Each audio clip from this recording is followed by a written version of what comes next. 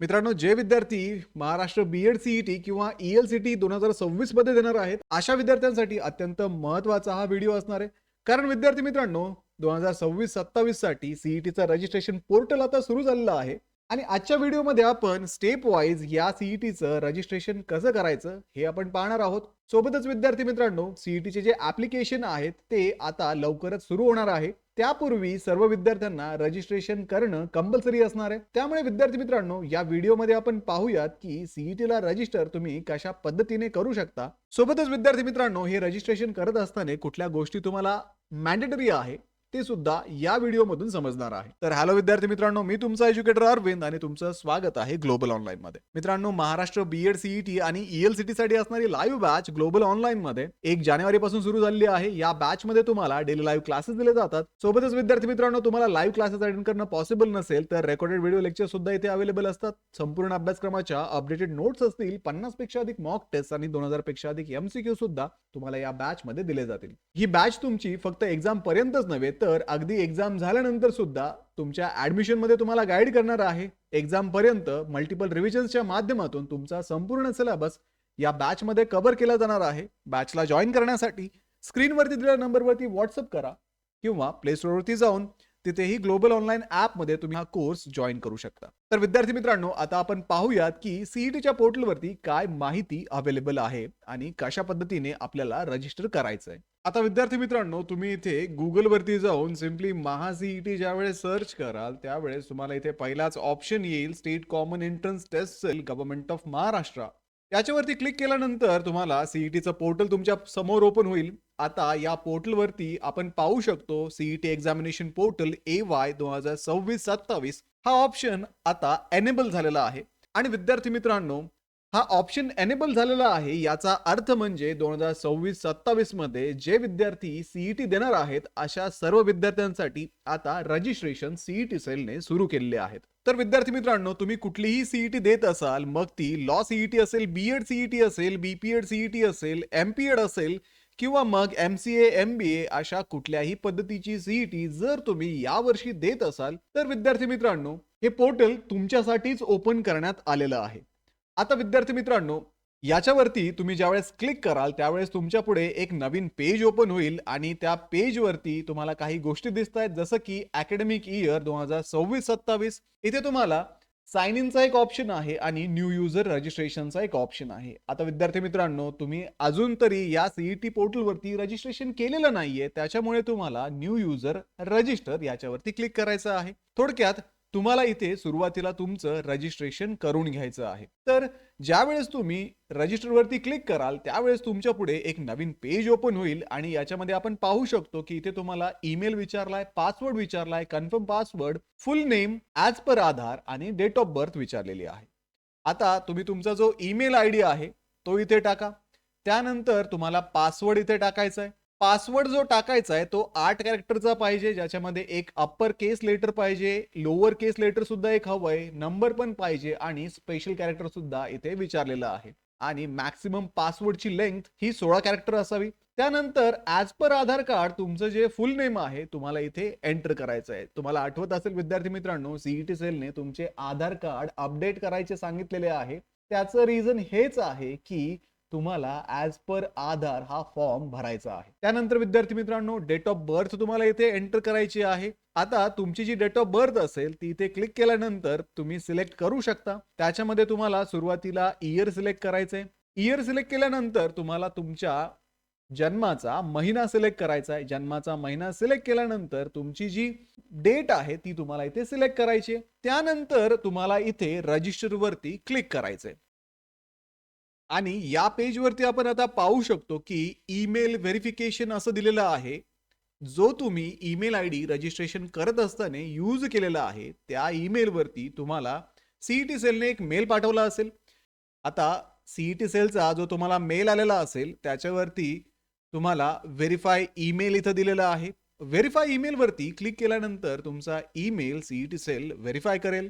त्यानंतर विद्यार्थी मित्रांनो, तुम्हाला परत सीईटी सेलच्या ऑफिशियल वेबसाईट वरती रिडायरेक्ट केलं जाईल आणि इथे तुम्ही आता पाहू शकता की इथे तुम्हाला नोट दिलेली आहे ज्याच्यामध्ये पहिली नोट आहे, to continue with the MSCET application Aadhaar and अपार आयडी ऑथेंटिकेशन इज मॅन्डेटरी. म्हणजे तुम्हाला आधार बेस्ड इथे व्हेरिफिकेशन करायचं आहे. त्याच्यानंतर अपार आयडी तुमचा इथे कंपल्सरी आहे. दुसरी नोट दिलेली आहे, please ensure that both your Aadhaar and अपार ID are available in your DigiLocker account with that you have granted access to MHCET. आता विद्यार्थी मित्रांनो, याचा अर्थ थोडक्यात असा आहे की तुमचा अपार आयडी तुम्ही ऑलरेडी डिजिलॉकरमध्ये काढलेला असावा आणि तुमचं आधार कार्ड सुद्धा डिजिलॉकरमध्ये तुम्ही ऍड केलेलं असावं, तरच तुम्ही हे रजिस्ट्रेशन जे आहे ते कंप्लीट करू शकता. आता अपार आयडी कसा काढायचा डिजिलॉकरच्या माध्यमातून त्या व्हिडिओची लिंक मी तुम्हाला डिस्क्रिप्शन मध्ये दिलेली आहे. तो व्हिडिओ चेक करा आणि पहिले तुमचा अपार आयडी काढून घ्या. पुढे 3 नंबरला तुम्हाला सांगितलेलं आहे, use DigiLocker to complete the authentication of your Aadhaar and APAR detail. तर डिजिलॉकरचा वापर करून तुम्हाला आधार आणि अपार डिटेल्स जे आहेत ते ऑथेंटिकेट करायचे आहेत. आता विद्यार्थी मित्रांनो, पुढे तुम्हाला प्रोसीड टू डिजिलॉकर वरती क्लिक करायचंय. प्रोसीड टू डिजिलॉकर वरती क्लिक केल्यानंतर तुमच्या पुढे तुम्हाला आधार कार्डचा नंबर टाकायला विचारलं जाईल. आधार कार्डचा नंबर टाकल्यानंतर तुमच्या रजिस्टर्ड मोबाईल वरती त्याचा OTP येईल. आता विद्यार्थी मित्रांनो, CET सेलने त्यासाठीच सांगितलं होतं की तुमच्या आधारला तुमचा मोबाईल नंबर हा लिंक असावा. आता जो OTP तुम्हाला आलेला असेल तो OTP तुम्ही इथे एंटर करा. त्यानंतर तुमचा जो 6 डिजिट सिक्युरिटी पिन आहे तो इथे तुम्हाला टाकायचा आहे. आता विद्यार्थी मित्रांनो, हे झाल्यानंतर तुम्हाला डन वरती क्लिक करायचंय. जे विद्यार्थी माझ्यासारखाच हा पिन विसरले असतील तर त्यांनी फॉरगॉट पिन वरती क्लिक करा. त्यानंतर तुमचे डेट ऑफ बर्थ जे आहे ती इथे एंटर करा. मग त्याच्यामध्ये डेट असेल, मंथ असेल आणि इयर असेल आणि कन्फर्म वरती क्लिक करा. पुढे तुम्हाला नवीन पिन सेट करण्यासाठी विचारलं जाईल. आता इथे तुम्ही जर सिक्वेन्शियल 1 2 3 4 5 6 असं काही टाकलं तर हे ऍक्सेप्ट करणार नाही. त्यासाठी तुम्हाला असा युनिक नंबर टाकावा लागेल की ज्याच्यामध्ये डिजिट हे रिपीट होत नाहीयेत. तर तुम्ही कुठलाही असा 6 अंकी नंबर टाका आणि डन वरती क्लिक करा. पुढे डन वरती क्लिक केल्यानंतर तुम्हाला एक कन्सेंट फॉर्म दिसेल. त्याच्यावरती अपार आयडीच्या पुढे चेक करा, आधार कार्डच्या पुढे चेक करा आणि अलो वरती क्लिक करा. थोडक्यात तुम्ही CET सेलला अथॉरिटी देतायत की हे डॉक्युमेंट फेच करण्यासाठी आणि व्हेरीफाय करण्यासाठी. अलो वरती क्लिक केल्यानंतर तुम्ही पुढच्या पेज वरती रिडायरेक्ट व्हाल आणि इथे तुम्हाला दिसेल की तुमचे डॉक्युमेंट्स आता सक्सेसफुली CET सेलला शेअर केलेले आहेत. मग तुमच्या पुढे युजर इन्फोचं पेज ओपन होईल. याच्यामध्ये तुम्ही पाहू शकता की तुमचे डिटेल्स ते तुम्हाला टाकायचे आहेत. तर सुरुवातीला तुम्हाला अपार आयडी इथे टाकायचा आहे. तुम्हाला इथे सांगितलंय की 12 डिजिट अपार आयडी इज मॅन्डेटरी. तो टाकल्यानंतर जो मोबाईल नंबर आहे तो सुद्धा इथे एंटर करायचा आहे. त्यानंतर तुमचं नाव ऍज पर SSC मार्कशीट तुम्हाला इथे एंटर करायचंय. पुढे फादर्स नेम, त्यानंतर मदर्स नेम एंटर करा. रिजन कुठला आहे, तुम्ही रुरल रिजन मधून येता की अर्बन रिजन मधून ते सिलेक्ट करा. त्यानंतर तुमची मदर टंग मराठी सिलेक्ट करायचंय. तुमचा अॅन्युअल फॅमिली इन्कम आणि मराठी स्टेटस इथे सिलेक्ट करा. त्यानंतर तुम्ही जर मॅरिड असाल तर तुमच्या स्पाउसचं नेम तुम्हाला इथे टाकावं लागेल. पुढे परमनंट ऍड्रेस तुमचा जो असेल तो परमनंट ऍड्रेस इथे एंटर करा.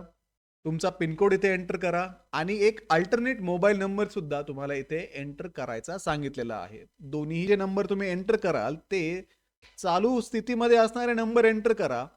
पुढे विद्यार्थी मित्रांनो, ऑदर डिटेल्स मध्ये तुम्हाला तुमचं डोमिसाईल सिलेक्ट करायचं आहे. त्याच्यानंतर तुम्ही जर पर्सन विथ डिसॅबिलिटी असाल तर त्याच्यानुसार तुम्हाला यस नो सिलेक्ट करायचंय. त्यानंतर विद्यार्थी मित्रांनो, तुम्हाला तुमचे SSC चे डिटेल टाकायचे आहे.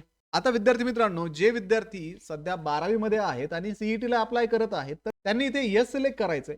आणि जर तुमची 12वी कंप्लीट झाली असेल तर तुम्ही नो सिलेक्ट करायचं. जर तुम्ही नो सिलेक्ट केलं तर तुम्हाला तुमचे 12वीचे जे पुढचे डिटेल्स आहेत ते इथे विचारले जातील.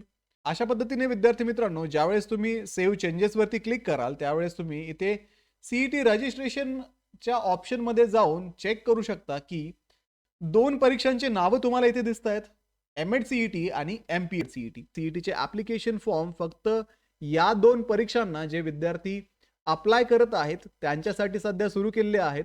आता ज्या विद्यार्थ्यांनी हे रजिस्ट्रेशन केलेलं आहे, पुढे ज्यावेळेस तुमच्या परीक्षेचे फॉर्म रिलीज केले जातील, ऍप्लिकेशन सुरू होतील, त्यावेळेस तुम्ही इथेच CET रजिस्ट्रेशन वरती क्लिक करून तुमचा पुढचा ऍप्लिकेशन फॉर्म भरू शकता. ही जी स्टेप आहे रजिस्ट्रेशनची ती सीईटी देणाऱ्या प्रत्येक विद्यार्थ्याला कंपल्सरी आहे आणि यापुढे तुमच्या ज्या सीईटीचे ऍप्लिकेशन फॉर्म निघतील ते तुम्हाला येथे सीईटी रजिस्ट्रेशन मध्येच पाहायला मिळतील. आता विद्यार्थी मित्रांनो, अशा पद्धतीने तुम्ही या सीईटीला रजिस्टर करू शकता आणि आता पुढच्या फेज मध्ये आपले जे ऍप्लिकेशन सुरू होतील ते ऍप्लिकेशन सुरू झाल्यानंतर सीईटी रजिस्ट्रेशन वरती तुम्ही क्लिक करून फर्दर तुमचा ऍप्लिकेशन फॉर्म सुद्धा फिलअप करू शकता.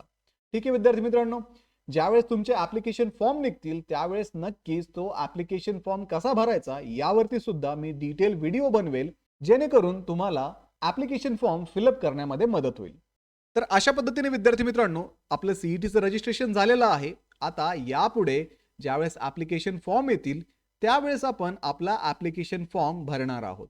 तर विद्यार्थी मित्रांनो, या स्टेप्स फॉलो करून तुम्ही सुद्धा सीईटीचं रजिस्ट्रेशन करून ठेवा. सीईटीचे जे ऍप्लिकेशन फॉर्म आहेत ते आता लवकरच सुरू होतील आणि ज्यावेळेस ते फॉर्म सुरू होतील त्यावेळेस ते फॉर्म कसे फिलअप करायचे याचीही माहिती मी तुम्हाला याच चॅनलवरती व्हिडिओच्या माध्यमातून देणार आहे. त्यामुळे ग्लोबल ऑनलाईनला आत्ताच सबस्क्राईब करून ठेवा. दुसरी महत्त्वाची गोष्ट म्हणजे आपली परीक्षा ही 27 ते 29 मार्च या दरम्यान असणार आहे. या परीक्षेचं प्रिपरेशन करण्यासाठी अगदी थोडाच वेळ आपल्याकडे शिल्लक आहे. तर विद्यार्थी मित्रांनो, या परीक्षेमध्ये 90+ पर्सेंटाइल मिळवण्यासाठी आणि महाराष्ट्रातल्या टॉपच्या बीएड कॉलेजमध्ये तुमचं ऍडमिशन होण्यासाठी तुम्हाला जो गायडन्स हवा आहे तो गायडन्स तुम्हाला महाराष्ट्र बीएड सीईटीची जी लाईव्ह बॅच आहे ती ग्लोबल ऑनलाईन मध्ये सुरू झालेली आहे, त्या बॅच मधून मिळणार आहे. तर आजच या बॅचला जॉईन करा, कारण विद्यार्थी मित्रांनो, परीक्षेपूर्वी तुमचा संपूर्ण सिलेबस या बॅच मध्ये कव्हर होणार आहे. तुम्हाला या बॅच मध्ये daily classes, recorded video lectures, notes, mock test आणि एमसीक्यू सुद्धा दिले जाणार आहेत. तर लवकरात लवकर बॅचला जॉईन करा. बॅचला जॉईन करण्यासाठी स्क्रीनवरती दिलेल्या नंबरवरती व्हॉट्सअप करा किंवा प्ले स्टोअरवरती जाऊन तिथेही ग्लोबल ऑनलाईन ऍप मध्ये तुम्ही हा कोर्स जॉईन करू शकता. तर भेटूया पुढच्या व्हिडिओमध्ये. तोपर्यंत एक्झामचं प्रिपरेशन सुरूच ठेवा. थँक्यू.